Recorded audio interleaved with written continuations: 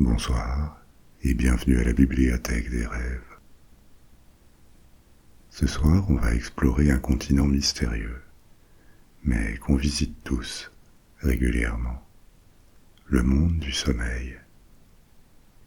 Je vais vous parler de ce qui se passe quand on dort, ce qui se passe dans notre cerveau, dans le reste de notre corps, mais aussi à un niveau plus subjectif ou immatériel, ce qui se passe dans nos esprits. On va parler également des rêves et de certains états comme le somnambulisme. On parlera des phases qu'on traverse quand on dort et de ce que la science peut nous en dire. Les rêves, on les envisagera sous différents angles.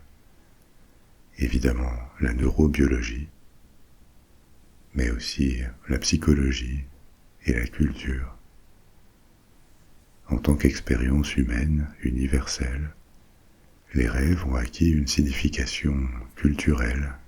Ils ont produit des croyances, du symbolisme, et ils se sont reflétés dans les arts.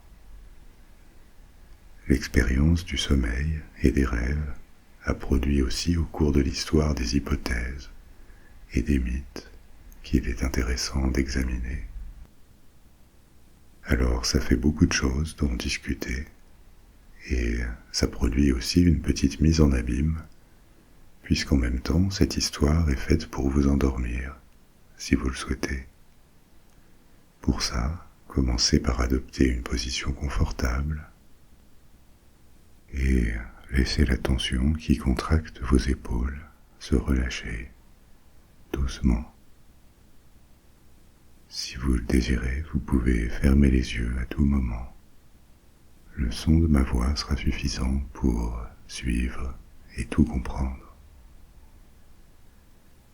Merci aussi de bien vouloir vous abonner, commenter, évaluer positivement cet épisode selon la plateforme sur laquelle vous écoutez. Et maintenant, commençons. Alors que vous m'écoutez en ce moment, vous êtes éveillé, mais je peux faire une prédiction sans aucun risque de me tromper, qui est que ça ne va pas durer. Quelle que soit votre énergie et votre niveau d'éveil maintenant, vous êtes quelque part dans un cycle qui, inévitablement, vous amènera à dormir. Dans quelques minutes, peut-être, sinon quelques heures, au plus 24 heures. Même si vous avez du mal à vous endormir, surtout pendant les heures théoriquement dédiées au sommeil, ça va finir par arriver.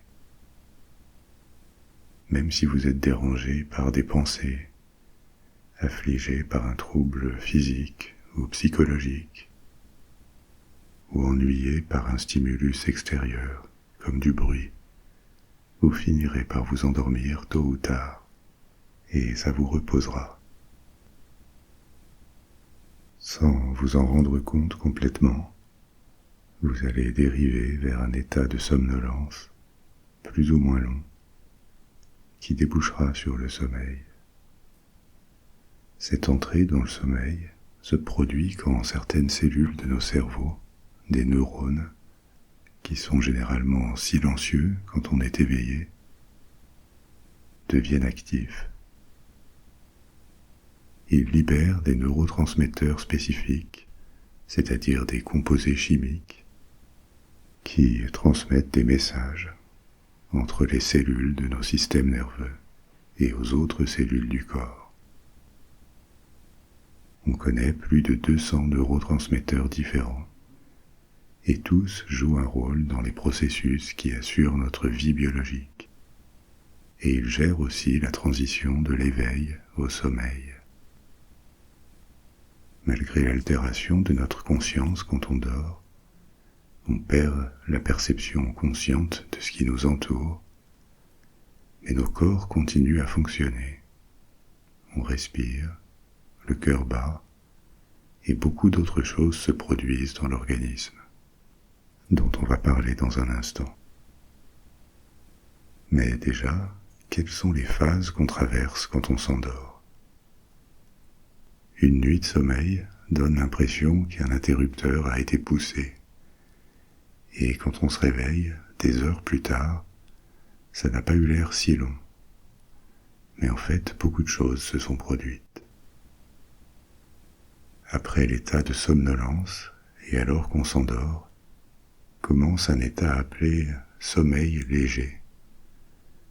On verra d'autres phases lui succéder après, avec des caractéristiques très différentes. Pour étudier ces différentes phases de sommeil, un outil utile, c'est l'électroencéphalogramme, la mesure de l'activité électrique dans le cerveau, avec des électrodes placées sur la tête d'un dormeur.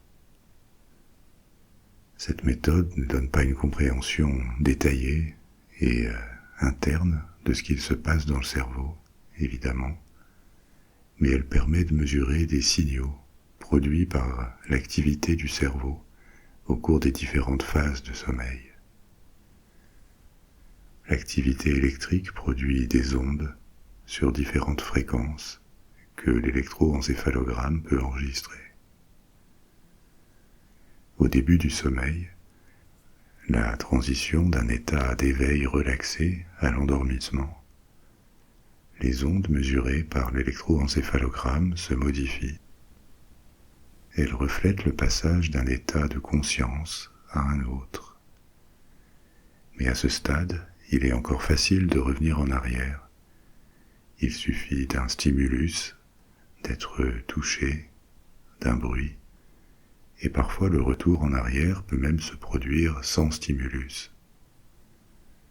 Peut-être que parfois, alors que vous vous endormiez, vous avez senti une contraction des muscles dans un membre, souvent une jambe, qui vous a fait un peu sursauter et vous réveiller pour un instant. On appelle ça un sursaut hypnique, et c'est très commun, totalement involontaire, mais normal et sans danger. Ça vous tire de la descente vers l'endormissement. Mais généralement, vous allez vite la reprendre après. La première étape longue du sommeil, qu'on atteint après quelques minutes, c'est donc cette phase appelée le sommeil léger. On sait que c'est une autre phase, parce que l'électroencéphalogramme change. Et pendant cette phase, il montre typiquement de courtes poussées d'activité neuronale qui alternent avec des ondes longues. Les poussées d'activité, on les appelle des fuseaux de sommeil, et ces phases d'ondes plus longues, on les appelle des complexes K. À ce jour, la fonction, la signification de ces signaux qui alternent est encore assez mystérieuse. On a trouvé leur origine dans le cerveau, mais ce à quoi ils servent exactement reste inconnu. Ça illustre à quel point on en ignore encore beaucoup sur le fonctionnement du cerveau. Pas tant sur les processus eux-mêmes, parce que ça, on peut l'observer avec des électroencéphalogrammes et de l'imagerie médicale, mais sur leur fonction, à quoi ils servent et pourquoi ils se produisent. Grâce à différentes techniques d'imagerie et aux électroencéphalogrammes, le cerveau a été cartographié et examiné sous différents angles. Sa biochimie est mieux comprise, mais les relations entre les signaux qu'il génère, nos états de conscience et notre contrôle sur notre corps restent un espace de recherche qui n'est pas entièrement compris aujourd'hui. Donc, dans cette phase 2 du sommeil, qu'on appelle sommeil léger, la phase 1 étant l'endormissement, dans la phase 2, le dormeur peut être réveillé assez facilement. Il lui reste encore un certain degré de vigilance. cette vigilance et les signaux de l'électroencéphalogramme associés à la phase 2 vont encore changer, alors que le dormeur entre dans une phase 3, le sommeil profond. Pendant cette phase, au lieu d'avoir des pics d'activité qui alternent avec des ondes plus longues, on passe à un profil plus paisible, de longues ondes régulières, avec une assez grande amplitude. Certaines zones du cerveau qui sont actives quand on est éveillé et qui le restent pendant le sommeil léger, la phase 2, se mettent finalement au repos. Au moins, c'est ce qu'indique leur activité électrique. Des études ont été réalisées en privant volontairement de sommeil des volontaires, et elles concluent que le sommeil profond, cette phase 3, servirait au cerveau à récupérer de ses activités journalières, et aussi à consolider la mémoire, le stockage des souvenirs. La mémoire est un sujet totalement différent, sur lequel on reviendra peut-être une autre fois. Mais, comme vous le savez, et l'expérimentez régulièrement, on oublie beaucoup des choses qu'on fait. On a des souvenirs qui peuvent nous donner du fil à retordre quand on veut y accéder. On voudrait se souvenir de quelque chose, mais on n'y arrive pas. Ces souvenirs-là, ce sont des souvenirs qui ont été emmagasinés. Et il est bien possible que plus tard, on y ait accès. Mais il y a aussi beaucoup d'autres souvenirs potentiels que notre cerveau décide simplement d'éliminer, d'effacer complètement, parce qu'ils sont considérés comme peu importants. Ils n'ont pas spécialement de charge émotionnelle. Et ceux-là disparaissent complètement. Ça inclut des choses que vous avez faites hier ou il y a 2 jours, et vous avez sans doute l'impression que vous vous souvenez de votre journée d'hier assez précisément. Dans les grandes lignes, effectivement, c'est vrai. Mais il y a déjà plein de détails, notamment les activités routinières qu'on fait chaque jour, qui sont déjà partis. D'autres détails seront éliminés dans les prochaines nuits. Vous vous souvenez encore de choses comme vous être lavé les dents hier, sans doute, ou d'être sorti de chez vous. Mais d'ici quelques jours, tout ce qu'il en restera, c'est que vous saurez que vous l'avez fait, mais il n'y aura plus d'images. De la même façon que cette activité routinière d'il y a 1 semaine, 1 mois ou 1 an est déjà oubliée. Il ne vous en reste plus que la connaissance que ça a eu lieu, mais aucune image spécifique de chaque fois que ça a eu lieu. Maintenant, comme vous avez peut-être juste repensé à la scène d'hier en m'écoutant, peut-être que ce souvenir va rester plus longtemps, parce que vous y avez repensé et qu'il a acquis une petite charge émotionnelle, un petit enjeu. Ça illustre que, à notre insu, le cerveau classe les souvenirs par catégorie et par importance. Il jette ce qui est considéré peu important, et c'est sans doute un ménage utile pour nous.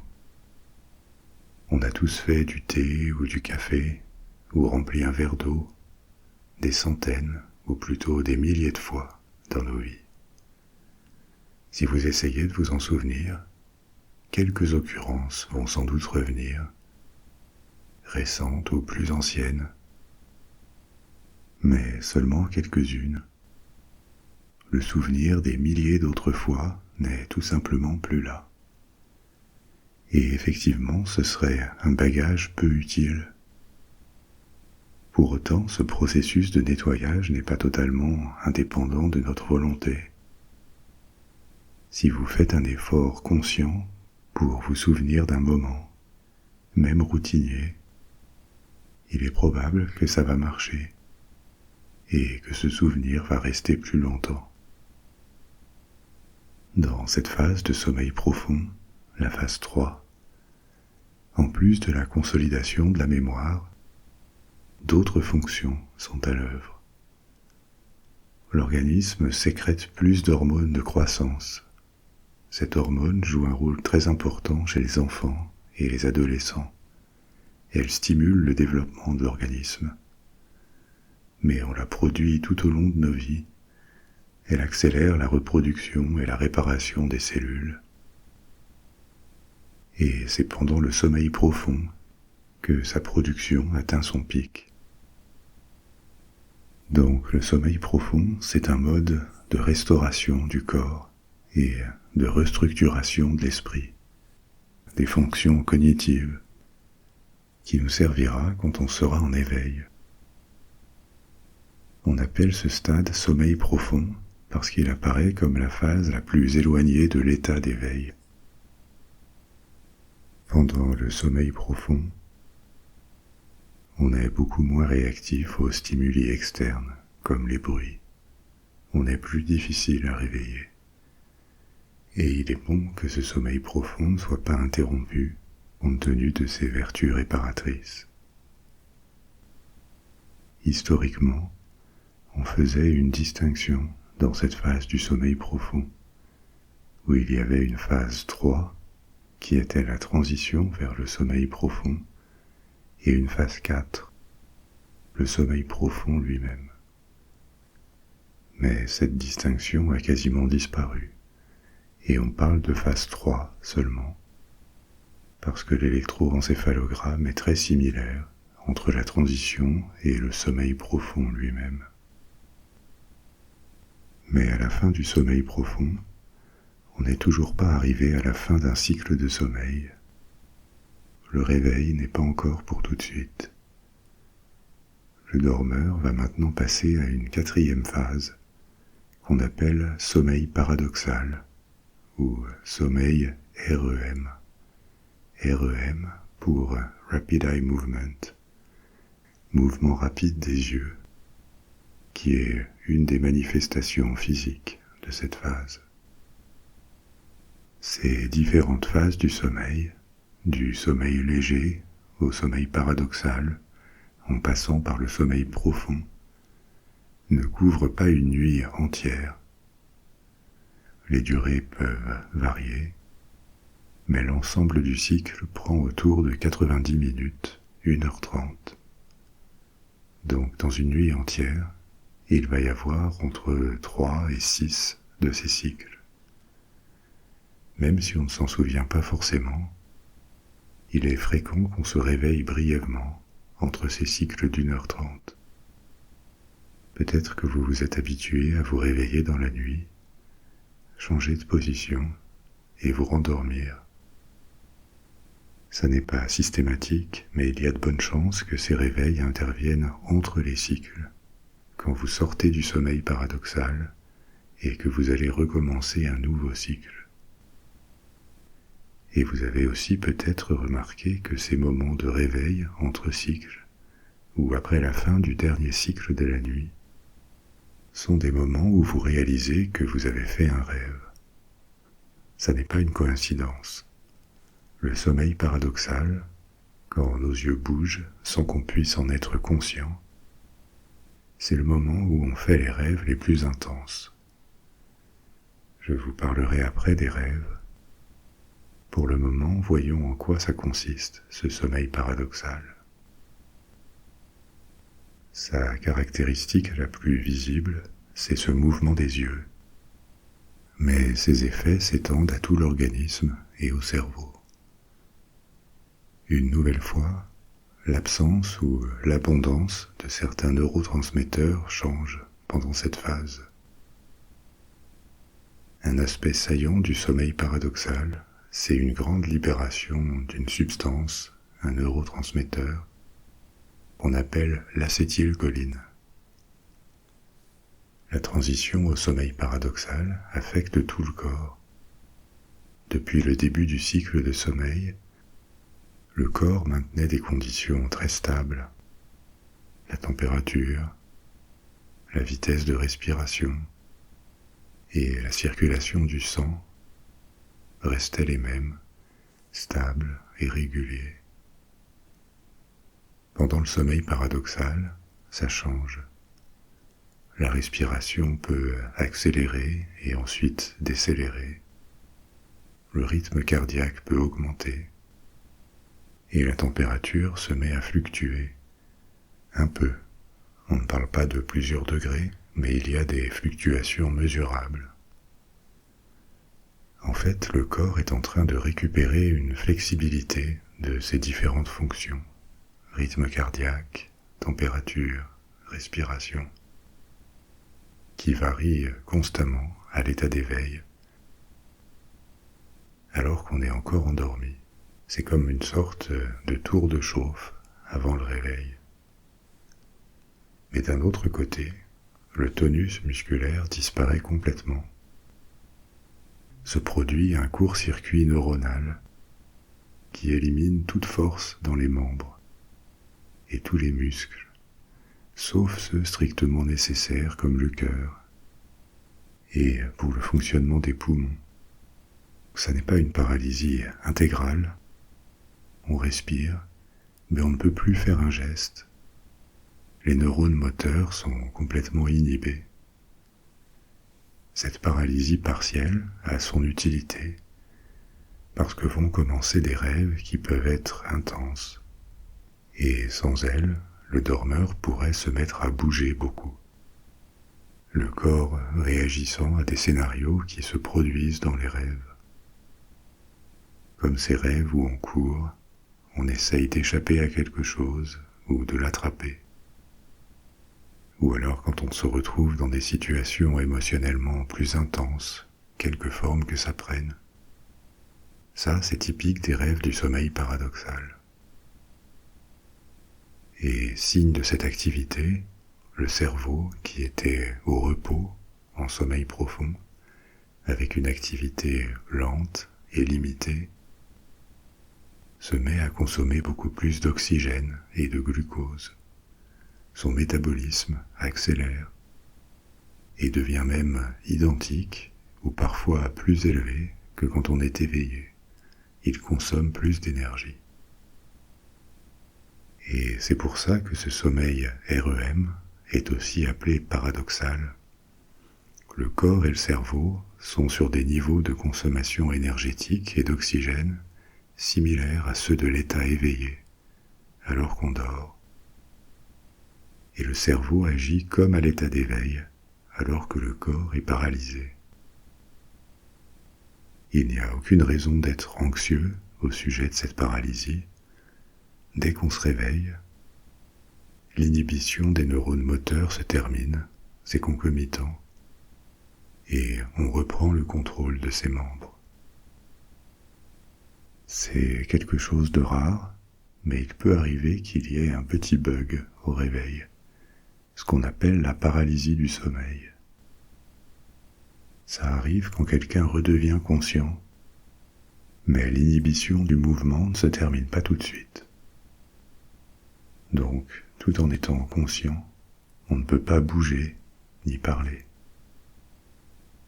Ces épisodes sont brefs, mais ils peuvent être un peu impressionnants, angoissants.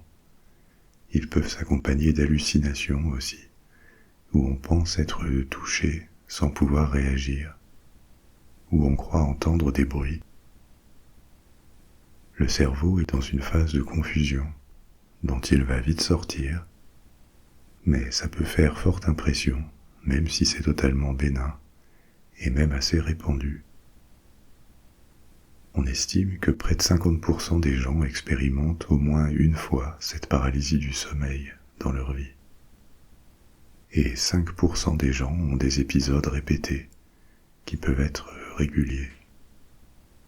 On pense que ce bug du réveil est dû à un petit dysfonctionnement à la fin du sommeil paradoxal.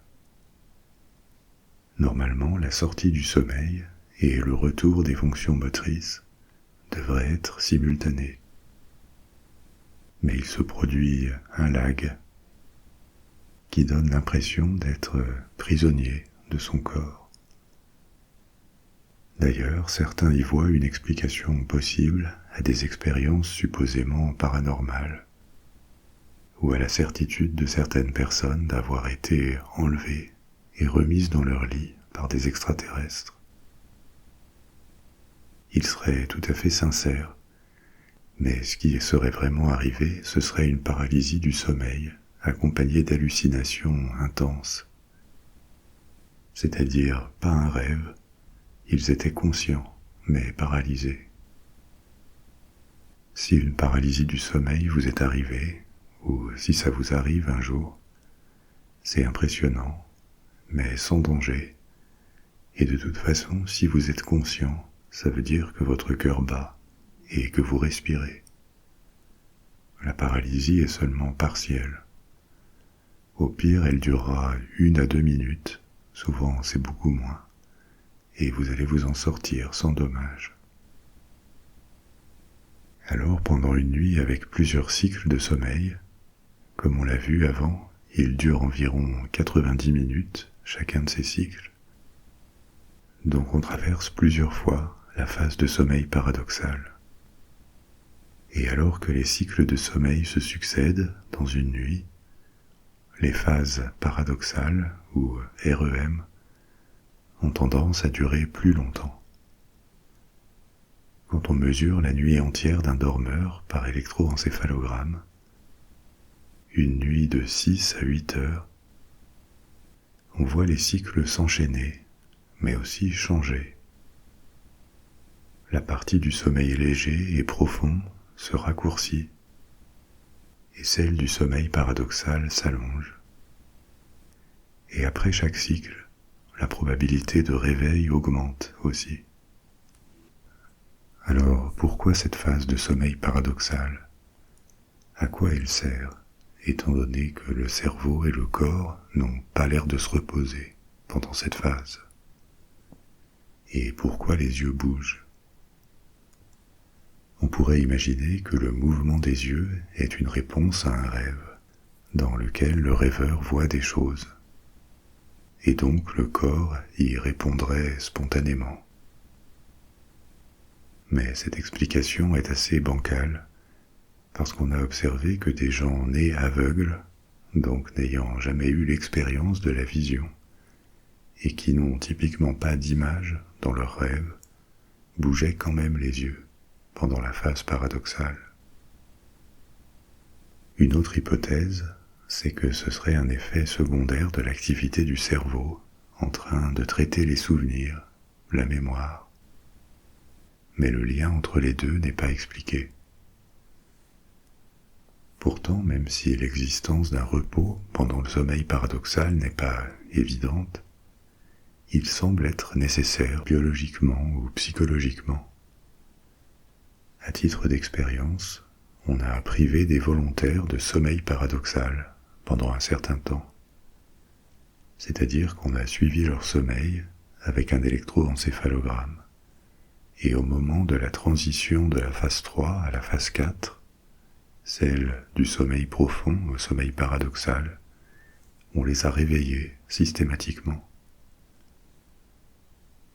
Pendant la journée, ensuite, ils pouvaient fonctionner correctement. Mais après la fin de cette privation de sommeil paradoxal, on a aussi observé qu'ils avaient des phases 4 plus longues, comme s'ils se rattrapaient. Et même s'ils n'étaient pas épuisés pendant l'expérience, on a aussi observé que la privation de sommeil pouvait provoquer des états d'instabilité et d'anxiété, également des difficultés de concentration. Donc il semble bien que biologiquement, ou au moins psychologiquement, le sommeil paradoxal soit nécessaire, mais on ne sait pas bien pourquoi ni comment. Il y a plusieurs hypothèses à ce sujet qui ne sont pas forcément exclusives les unes des autres. Déjà, ce sommeil paradoxal pourrait être utile, important, pour la préservation de certains types de souvenirs qui ont trait aux émotions ou à la mémoire spatiale. Cette hypothèse repose notamment sur des expériences faites avec des rats, qu'on soumet à des sessions d'apprentissage assez longues. Et on observe ensuite qu'après ces sessions, ils ont besoin de plus de sommeil paradoxal, comme s'ils avaient besoin de traiter cette connaissance acquise. D'un autre côté, il existe des individus, des personnes, qui sont chroniquement privés de sommeil paradoxal suite à des blessures à la tête. Ils n'entrent plus en sommeil paradoxal, ce qui en fait des sujets d'études privilégiés. Et effectivement, l'absence de sommeil paradoxal, structurellement, peut affecter leur humeur et leur capacité de concentration. Mais on n'a pas observé de détérioration significative de leur mémoire. Une autre théorie, c'est que le sommeil paradoxal serait une sorte de simulation neuronale. Il créerait et maintiendrait en état de fonctionnement les connexions entre neurones. Un élément à l'appui de cette hypothèse, c'est que juste après la naissance, chez les nouveau-nés, le sommeil paradoxal est très long par rapport aux autres stades du cycle de sommeil. Et ensuite, avec l'âge, il a tendance à diminuer en durée. Donc il pourrait aider les bébés à former les connexions neuronales qui seront nécessaires au développement de leurs capacités cognitives. Encore d'autres théories connectent le sommeil paradoxal à l'évolution. Vous savez qu'un certain nombre d'animaux peuvent feindre la mort. Ils ont un mécanisme défensif qu'on appelle le réflexe d'immobilité tonique, qui est un peu leur dernière ligne de défense contre des prédateurs. Ils deviennent soudainement immobiles et raides, ce qui les fait ressembler à des cadavres. Ça n'est pas une décision de leur part, et c'est pour ça qu'on parle de réflexe. Leur cerveau, quand il est face à une peur intense, déclenche cette réaction automatique de protection. Les êtres humains, et généralement les animaux dotés d'un système nerveux complexe, ne peuvent pas avoir ce réflexe, cette sorte de court-circuit général. Mais leur sommeil paradoxal a certaines similitudes avec l'immobilité tonique. La paralysie des muscles, sauf ceux nécessaires à la survie, des changements de température et une activité des mêmes zones du cerveau. D'où l'idée que le sommeil paradoxal pourrait être le produit d'une évolution qui aurait commencé avec des formes de vie très anciennes, et il se serait transformé de mécanismes de protection en mécanismes de restauration ou d'entretien du système nerveux, et aurait été conservé parce qu'il donnait des avantages évolutifs. Et au-delà de l'entraînement neuronal, si c'est à ça qu'il sert, le sommeil paradoxal pourrait avoir comme avantage évolutif de permettre aux animaux et aux êtres humains de se réveiller périodiquement pour vérifier que leur environnement n'est pas dangereux, avec peut-être des prédateurs. Je vous disais avant qu'il se terminait souvent par un réveil bref, avant de commencer le cycle suivant. La paralysie musculaire jusqu'au réveil pourrait permettre justement de ne pas bouger inconsciemment, pour ne pas attirer l'attention de prédateurs, jusqu'au moment du réveil définitif où on va pouvoir réagir. Ça n'est évidemment plus une faculté dont les hommes ont réellement besoin aujourd'hui, mais il y a seulement quelques milliers d'années, elle pouvait leur être très précieuse. Toutes ces choses sont possibles, mais la vérité est qu'on ne sait pas exactement pourquoi cette phase 4 existe, et quelle fonction elle sert, s'il y en a une. Pour nous, l'aspect le plus notable et marquant du sommeil paradoxal, c'est plutôt l'intensité des rêves qu'on y fait. Alors maintenant, parlons un peu des rêves. Les rêves ne surviennent pas seulement pendant le sommeil paradoxal. Il peut y en avoir avant, mais pas autant, et surtout pas aussi intense et vraisemblable. On a aussi bien plus de chances de se souvenir des rêves du sommeil paradoxal, parce qu'on va souvent se réveiller après. Les rêves ne sont pas évidents à définir. On voit tous de quoi il s'agit, parce qu'ils se manifestent comme des histoires, ou au moins des successions d'images, d'idées, d'émotions et de sensations qui surviennent dans notre esprit. Mais est-ce que ces sensations et ces histoires sont le rêve lui-même, ou un effet secondaire de quelque chose d'autre? Ils sont aussi en tout cas très personnels et liés à notre vie. On rêve souvent de personnes, d'endroits ou de situations qu'on connaît, soit réelles ou qu'on a imaginées, ou vues dans des films, ou lues dans des livres, quand on était éveillé. Et on a l'impression qu'on pense dans nos rêves, et la plupart du temps, on n'est pas conscient qu'on rêve quand on rêve. C'est seulement quand on se remémore le rêve qu'on le met à distance et qu'on arrive à y repenser comme étant un tiers. Je dis la plupart du temps parce que c'est peu commun, mais il y a aussi des rêves lucides. Je vais vous en parler après. C'est quelque chose de réel. On peut approcher les rêves de différentes façons et elles apportent toutes quelque chose. Déjà, on peut les envisager sous l'angle neurobiologique. Qu'est-ce qui se passe? Qu'est-ce qui est mesurable dans le cerveau quand quelqu'un rêve? On peut aussi les regarder sous un angle plus psychologique, voire psychiatrique, en s'intéressant plus à ce qui se passe dans les rêves, à leur fonction psychique, à leur contexte et à leur sens. Qu'est-ce qu'ils nous disent de l'esprit humain en général, et en particulier de la personne qui fait un rêve spécifique. Et enfin, on peut aussi les envisager sous un angle culturel. Le rêve, c'est une expérience humaine universelle, et les groupes humains leur ont toujours attribué des explications, des significations, des fonctions. Ils sont une expérience subjective, mais partagée, qui ne peut pas nous laisser indifférents. Pour ce qui est de la biologie et des neurosciences, notre premier angle, et on abordera les autres après, on a vu que les différentes phases du sommeil étaient pilotées par le cerveau, et que selon les stades du sommeil, les zones actives du cerveau et les types de neurotransmetteurs qui circulent dans le système nerveux variaient. Donc une question centrale de la recherche sur le sommeil, c'est de savoir quelle zone du cerveau pilote cette expérience qu'est le rêve, et comment.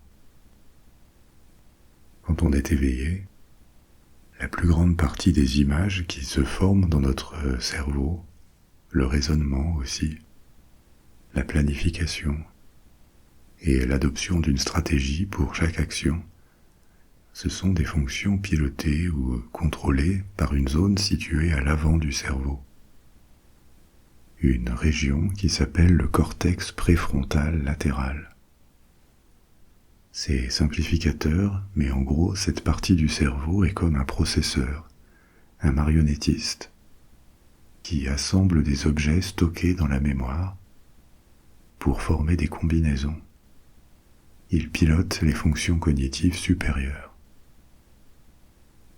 Mais contrairement à ce qu'on pourrait penser, durant le sommeil paradoxal, qui est le plus intensif en rêve, ce cortex préfrontal latéral est inactif, et il semble bien que cette région n'intervienne pas dans les rêves. En tout cas pas dans les rêves du sommeil paradoxal.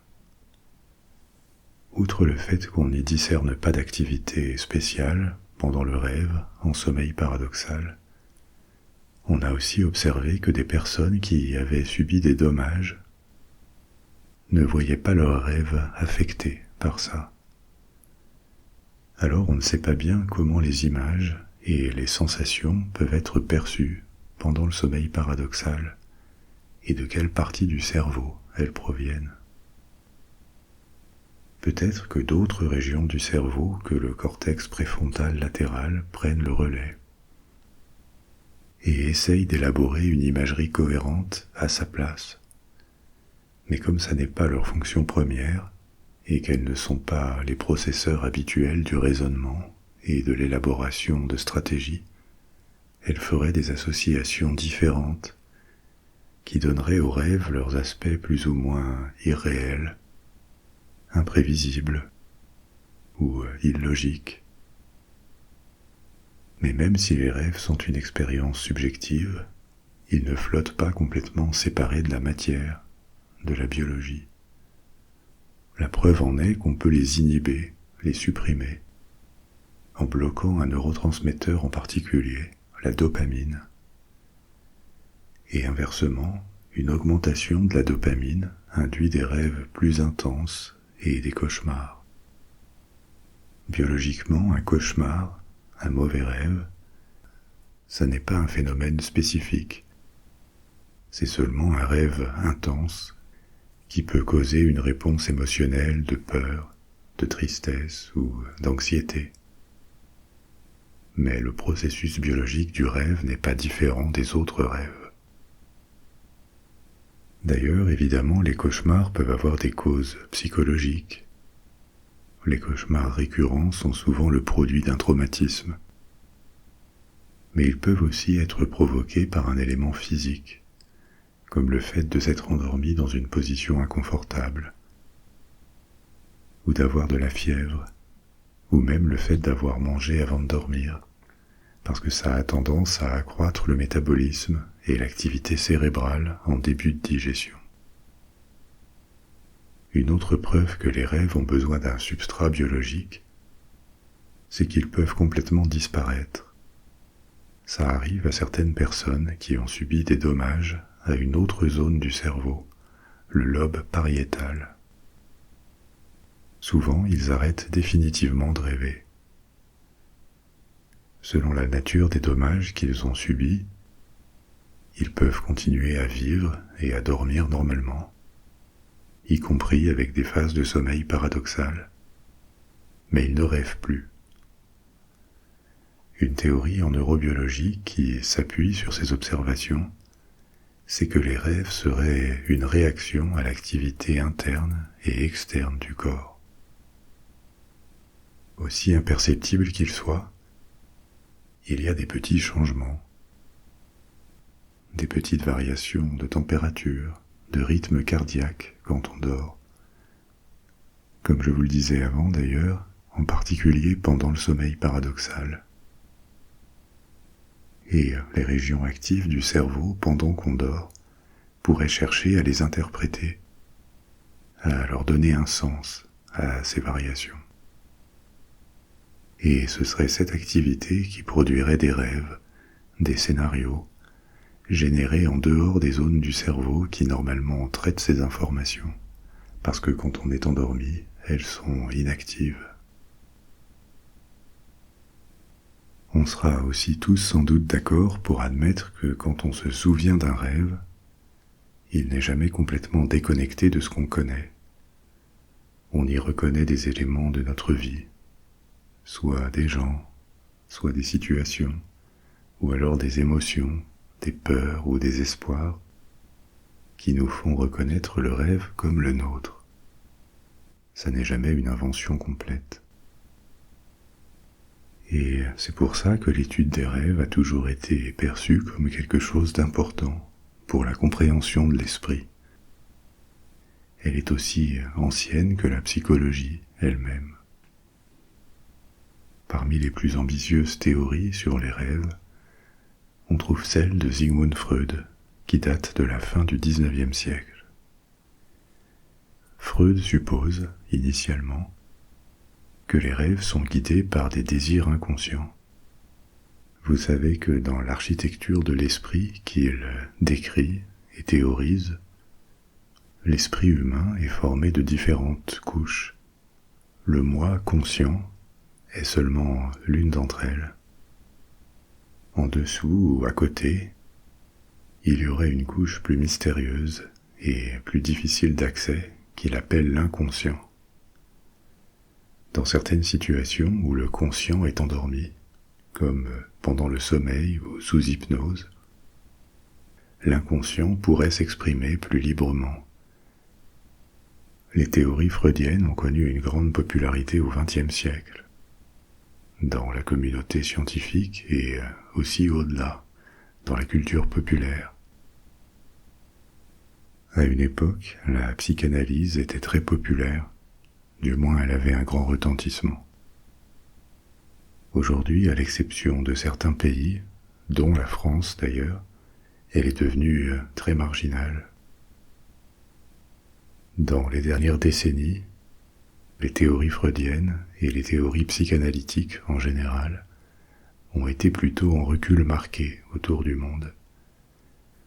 La grande critique contre Freud et ses successeurs dans la voie de la psychanalyse, il n'y a jamais d'études cliniques rigoureuses. Freud a élaboré ses théories à partir d'un échantillon tout petit de patients, et ses héritiers également. C'est vrai que dans le domaine des sciences humaines, on ne peut jamais recréer des expériences dont on contrôle tous les paramètres, comme la physique ou la biologie peuvent le faire. Mais on peut quand même prouver des phénomènes, statistiquement, à partir d'échantillons larges de cas. C'est comme ça qu'une théorie en psychologie ou en sociologie peut être défendue. Mais dès qu'on entre dans le monde de la psychanalyse, il n'y a plus d'études cliniques à grande échelle. Si bien que les théories freudiennes, et plus généralement les théories psychanalytiques, apparaissent surtout comme des constructions intellectuelles, qui peuvent être tout à fait intéressantes et stimulantes, mais dont il n'est jamais démontré qu'elles décrivent une réalité. Comment savoir si c'est une construction rigoureuse ou simplement quelqu'un qui théorise et s'écoute parler en se fondant sur un échantillon non représentatif de cas qu'il a connus et étudiés sans un protocole admis par une communauté scientifique? On en reste au niveau de l'anecdote, pas de données statistiquement significatives. Et cette validation scientifique n'a jamais été obtenue par la psychanalyse. C'est la raison pour laquelle elle prête facilement le flanc à la critique, surtout de la part de psychologues, de thérapeutes qui ont besoin de résultats tangibles plutôt qu'un discours à l'intersection de la science, de la littérature, de la philosophie et de l'imagination de ceux qu'ils produisent. Ceci dit, la psychanalyse n'est pas seulement freudienne, c'est un monde très varié, fait d'approches très différentes. Et le côté positif, c'est que c'est aussi un monde riche en production d'hypothèses sur les rêves. Au XXe siècle, différentes théories sur les rêves, venant de psychanalystes, ont été formulées. Pour Carl Jung, qui était un psychanalyste suisse, les rêves seraient des messages de l'inconscient qui pourraient aider le rêveur à résoudre ou dépasser des problèmes émotionnels. Pour Fritz Perls, un psychiatre et psychanalyste allemand, les rêves seraient des projections de certaines parties du moi du rêveur qui auraient été ignorées ou réprimées et qui ressortiraient sous cette forme. Quoi qu'il en soit, qu'on accepte ou qu'on ignore ou qu'on rejette les théories psychanalytiques sur les rêves, elles ont un grand mérite. C'est qu'elles invitent à s'interroger, à regarder au-delà de la surface et de ce qui est évident quand on parle de l'esprit humain. Il est largement accepté aujourd'hui que l'esprit n'est pas quelque chose de plat et mécanique qui serait fait purement de volonté et qu'on contrôlerait complètement. Ce qu'on voudrait et la façon dont nos esprits fonctionnent n'est pas nécessairement la même chose. On a des pulsions, on a des souvenirs réprimés, on a des émotions auxquelles on n'a pas un accès ou sur lesquelles on n'a pas un contrôle parfait. Et il paraît donc évident que l'esprit humain, c'est quelque chose de complexe, mystérieux, un espace difficile à défricher et qui ne se donne pas à voir facilement. Tout ça, c'était un continent largement ignoré avant le XIXe siècle, et notamment avant Freud. Les psychologues s'intéressent aussi aux rêves, mais souvent sous un autre angle. Pas tant au fait de savoir ce que les rêves révèlent ou signifient, mais plutôt pourquoi on rêve. À quelle nécessité psychique ça correspond, s'il y en a une. Là aussi, les théories sont difficiles à prouver, il s'agit plutôt d'hypothèses. Une première, c'est que les rêves seraient une façon de nous entraîner, de développer nos capacités à faire face à nos besoins cognitifs quand on est éveillé. C'est une hypothèse fondée sur l'idée qu'on aurait des schémas mentaux, des structures ou des chemins de l'esprit qui nous permettent de résoudre les problèmes, de tester ce qui devrait marcher ou pas dans le monde réel, de faire des simulations mentales. Donc les rêves pourraient être une forme de simulation, de test de nouveaux chemins, de nouvelles façons de combiner les informations qui nous rendraient plus adaptables, plus capables de survivre et satisfaire nos besoins durant l'éveil. Dit autrement, ils aideraient à entretenir ou à faire évoluer notre câblage mental, à chercher des solutions et à reconnaître les bonnes pratiques qui fonctionnent. Et dans cette optique, le rêve pourrait être un avantage évolutif, une forme d'entraînement, de gymnastique de l'esprit qui nous rendrait plus capables de réagir vite et bien. Certains psychologues ont avancé l'idée que l'origine des rêves, ce serait la simulation mentale des menaces, l'anticipation de ce qui pourrait arriver avant que ça n'arrive, pour être préparé. Ce qui effectivement, conceptuellement, apparaît être un bel avantage évolutif. Effectivement, quand on interroge les individus sur ce qu'il se passe dans les rêves dont ils se souviennent, l'élément de menace plus ou moins prononcé, ça peut être une menace physique, un dilemme, un challenge émotionnel, c'est quelque chose d'omniprésent qui revient beaucoup.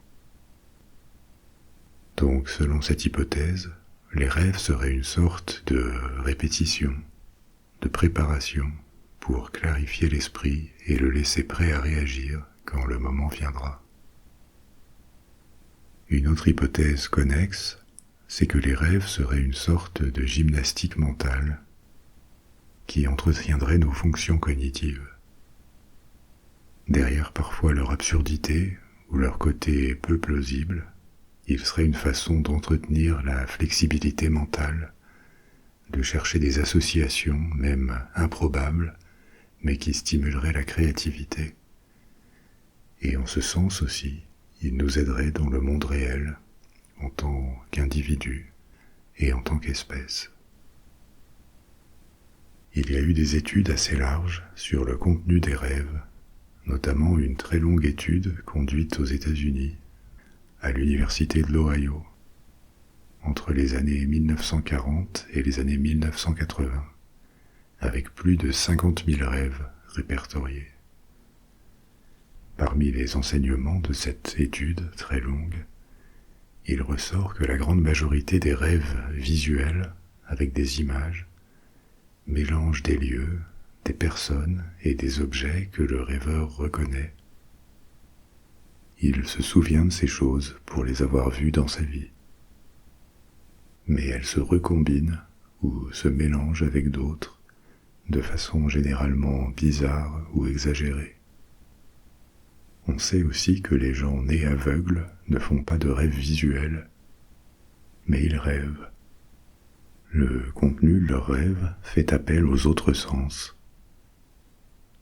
Les émotions suscitées par les rêves sont de façon prédominante décrites comme négatives, la plus commune étant l'anxiété, à différents degrés, qu'elle soit légère et même parfois presque amusante, jusqu'à une anxiété vraiment douloureuse.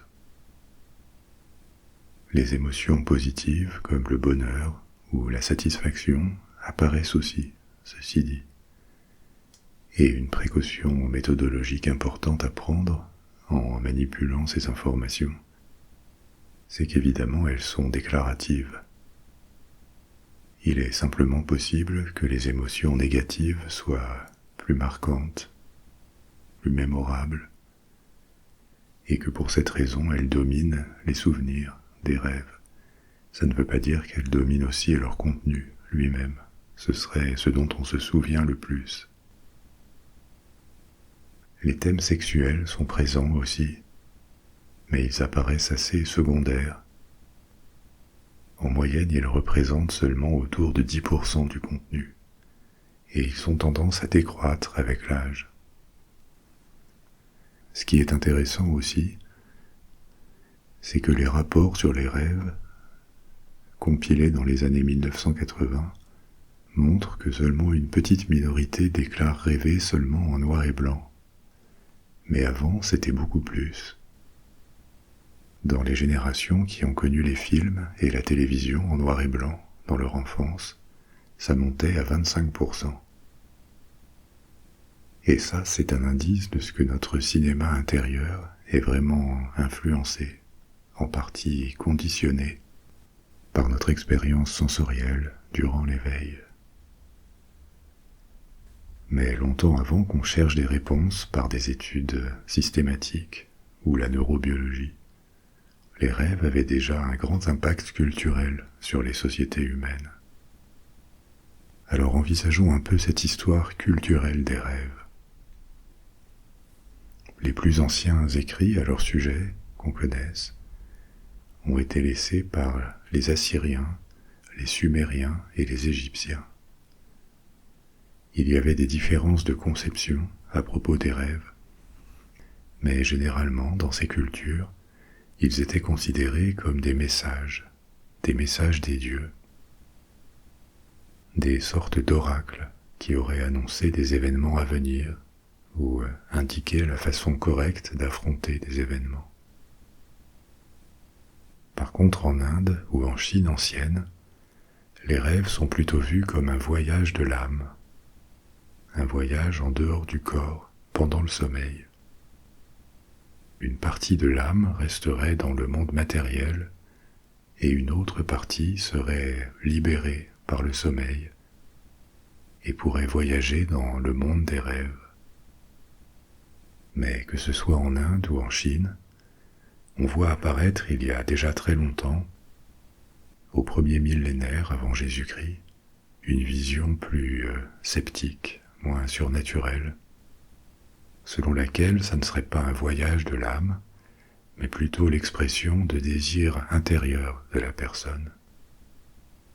Ce qui est assez frappant, parce que c'est en grande partie la conception des rêves qui a prévalu aussi en Occident depuis le XIXe siècle. Le rêve comme une fenêtre sur une partie de l'esprit qui est invisible, occultée, le reste du temps. Les anciens Grecs et les Romains avaient aussi cette approche double. Ils étaient influencés par les cultures qui les ont précédés. Et au départ, ils apparaissent plutôt partisans de rêves qui seraient des messages divins, provenant des dieux ou des esprits, visitant les humains pendant leur sommeil. Mais avec le passage des siècles, de plus en plus d'auteurs grecs et romains mettent en avant le fait que les rêves sont quand même très influencés par ce qu'on vit durant la journée. Les pensées, les conversations, les préoccupations qu'on y expérimente sont aussi un reflet du quotidien, des angoisses et des espoirs des personnes. Pas très logique s'ils sont des messages insufflés par les dieux. Donc l'idée que les rêves sont en fait produits par les hommes eux-mêmes se répand dès l'Antiquité. Mais dans les siècles avant et après le début de notre ère, le rêve comme mode de connexion au divin reste une idée puissante, bien installée. D'ailleurs, dans les grandes religions monothéistes, judaïsme, christianisme, islam, il y a des récits traditionnels de rêves qui fournissent une inspiration divine. On en trouve par exemple dans l'Ancien Testament. Parmi les questionnements philosophiques dans l'Antiquité qui sont induits par la question des rêves, il y a en particulier une réflexion, une interrogation sur la nature de ce qu'on appelle la réalité. Et certains philosophes émettent l'hypothèse que cette réalité pourrait être une illusion, ne pas être plus ou moins réelle que le monde des rêves. Cette idée ou ce thème flotte depuis des siècles, il a connu différentes formes. Vous connaissez le concept des films Matrix. En fait, ils sont une itération contemporaine de ce questionnement sur la nature du réel. Mais ce questionnement que la réflexion sur les rêves stimule ne date pas d'hier en fait. Il est déjà posé en Chine au premier millénaire avant Jésus-Christ. Il a aussi été discuté depuis très longtemps dans la tradition hindouiste. Et il est présent dans la philosophie occidentale depuis au moins le XVIIe siècle. Pour en revenir plus spécifiquement aux rêves, on voit aussi le regard porté sur eux changer avec le temps. Dans l'Antiquité, pour ceux qui les voient comme des messages divins, pas forcément tous, mais en tout cas comme un canal de communication, la connotation des rêves est plutôt neutre ou positive. Par contre, la tradition chrétienne au Moyen-Âge va avoir tendance à se méfier des rêves. On les suspecte d'être un lieu où le diable devient inspirateur. La perte de contrôle, de volonté du dormeur sur le contenu des rêves et ce qu'on y fait, c'est quelque chose qui est parfois vu comme un danger à cette époque. Et donc, loin de suivre les interprétations qu'on pourrait faire des rêves, il faudrait plutôt s'en méfier et chercher la vérité, le bien, la morale, dans le monde de l'éveil, pas celui du sommeil. Cette vision du rêve comme un espace de danger, de tentation, d'éloignement de Dieu, c'est quelque chose qui passe dans le protestantisme des débuts, au moment de la Réforme. Vous savez que c'est une période qui se trouve être aussi un moment de panique morale autour des sorcières, des possessions, de la présence du diable autour de nous. Contrairement à ce qu'on pense parfois, la grande époque des chasses aux sorcières, des phénomènes de possession supposés, ça n'est pas le Moyen-Âge, c'est la Renaissance et le XVIIe siècle. Une période où dans des milieux très religieux, catholiques, mais peut-être encore plus certaines traditions protestantes, en Europe ou en Amérique, on plaque vite une explication démoniaque sur tout phénomène anormal ou inexpliqué. Et d'ailleurs, on voit dans certains procès, comme l'affaire de Salem en Amérique, on voit admettre comme témoignage valide des accusations de gens qui déclarent avoir vu des accusés les visiter en rêve, et c'est retenu contre eux. Donc à cette époque, le rêve acquiert une connotation comme un espace plutôt dangereux, sinistre, comme une intensification de cette défiance à son égard qui était déjà apparue à l'époque médiévale. Mais le panorama général est plus nuancé quand même.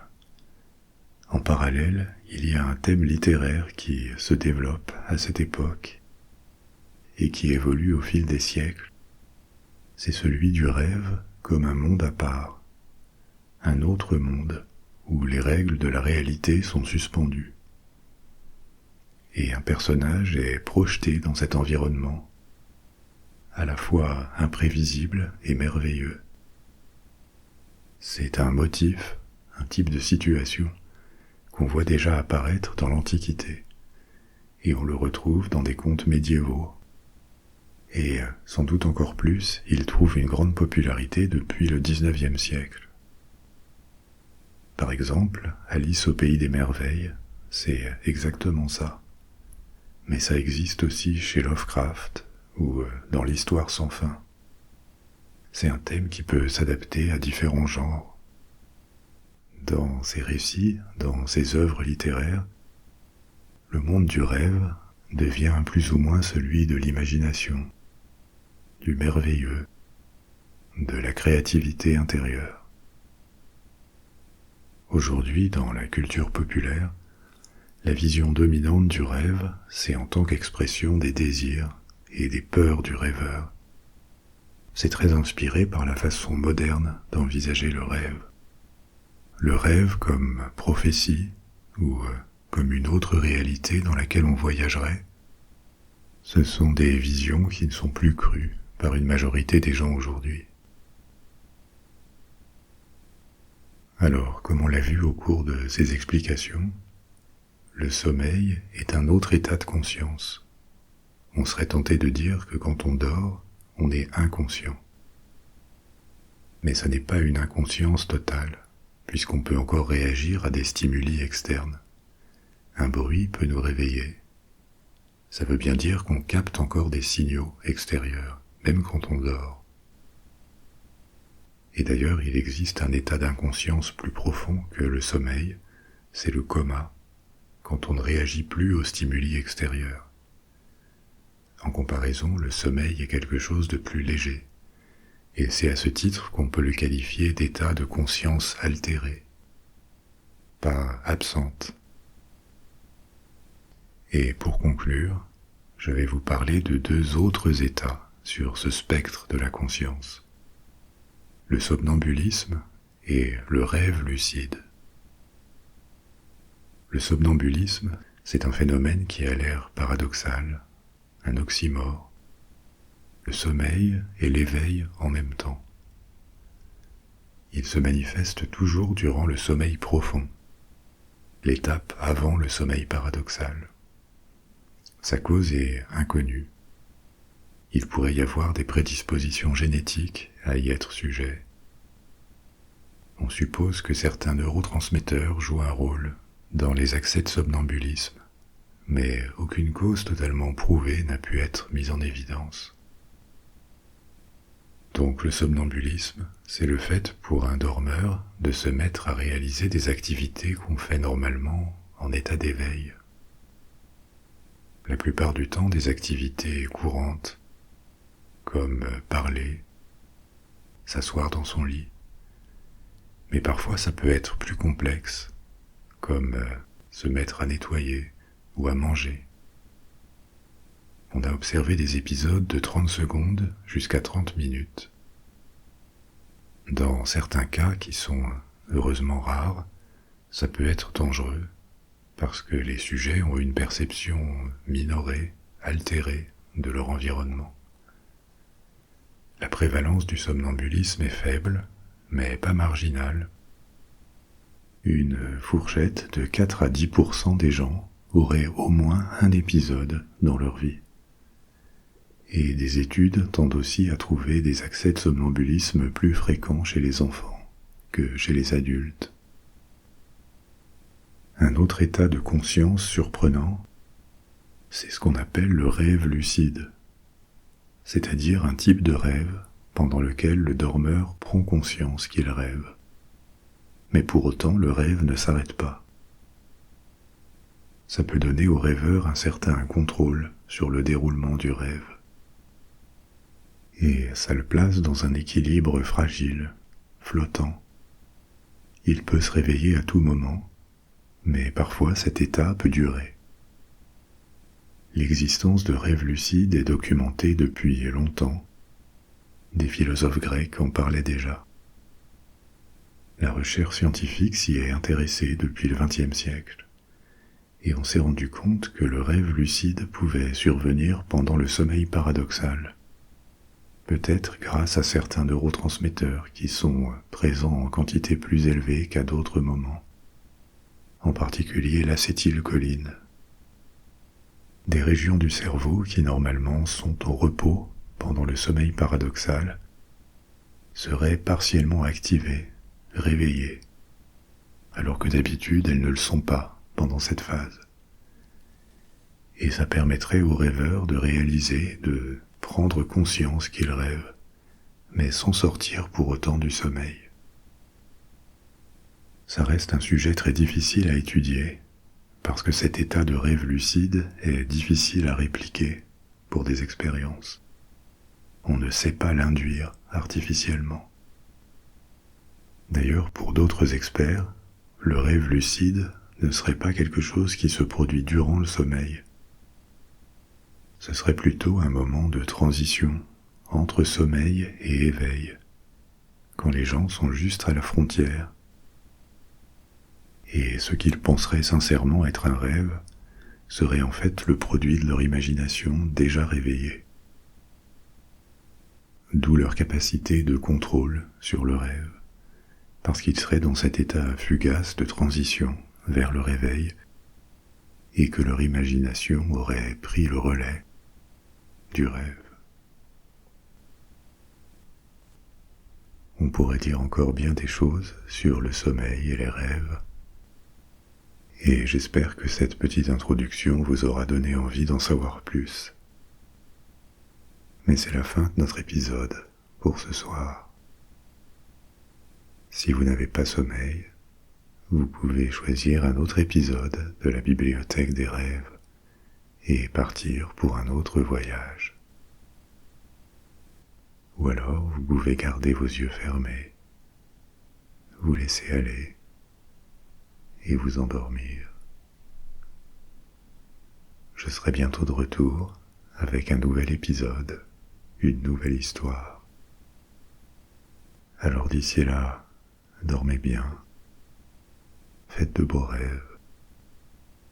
Au revoir.